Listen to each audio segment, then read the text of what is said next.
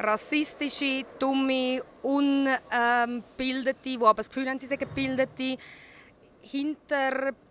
zurückgebliebene Männer und auch Frauen. Hallo zusammen und herzlich willkommen zu einem weiteren Video aus Zürich. Heute mit einem ganz speziellen Gast, nämlich Raffa's Plastic Life. Woo! für alle, die Rafa nicht kennen, sie ist gerade unten verlinkt. Schaut doch am besten mal bei ihr vorbei. Und heute ist es auch etwas ganz Spezielles im Video. Ihr habt mir nämlich schon so oft gesagt, Lionel, mach doch einmal eine seriöse Strassenumfrage mit seriösen Antworten. Und das gibt es heute. Viel Spaß! Welche Partei würdest du sagen, ist deine Lieblingspartei? Oh mein Gott. Ich bin eigentlich sehr, also unpolitisch kann man nicht sein eigentlich, Nein, das kann man aber Grüne. Was soll ich sagen? Ich weiss nur, also ich bin bei der Unia. Die finde ich jetzt noch gut, aber Das ist schon mal nicht die SVP, das kann ich jetzt sagen. ja, ich weiss.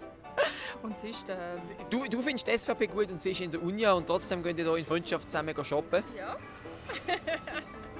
Ich habe keine Partei und auch wenn ich eine Partei hätte, dürfte ich sie nicht wählen, weil ich nicht von der Schweiz bin. Sondern? Ich komme aus der Türkei.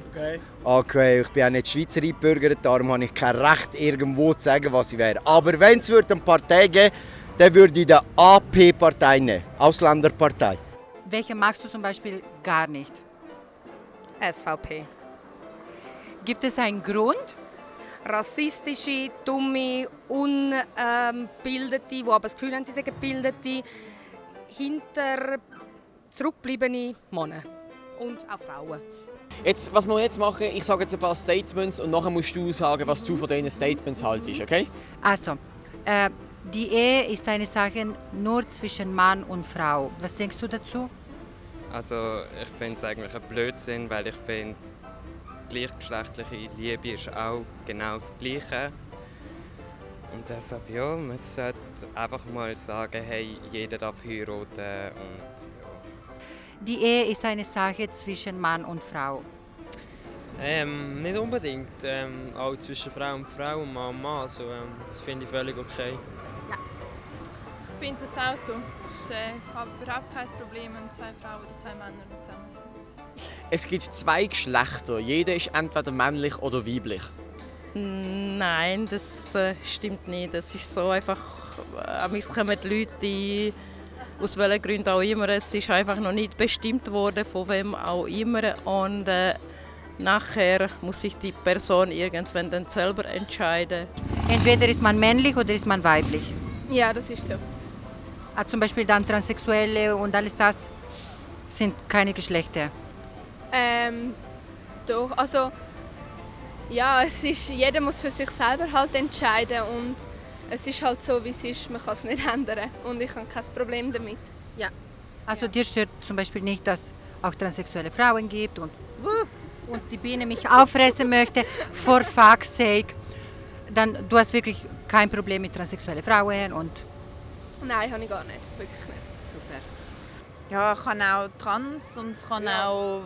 Ja, Seine. Genau. Jeder kann machen, was er will, weil jeder steht dazu, was er macht. Absolut. Okay. Gehört in die heutige Zeit sozusagen, dass man... Im falschen Körper geboren wird. Nein, nicht... Irgendetwas machen die Krankenschwestern falsch heute. Nein, so habe ich es nicht gemeint.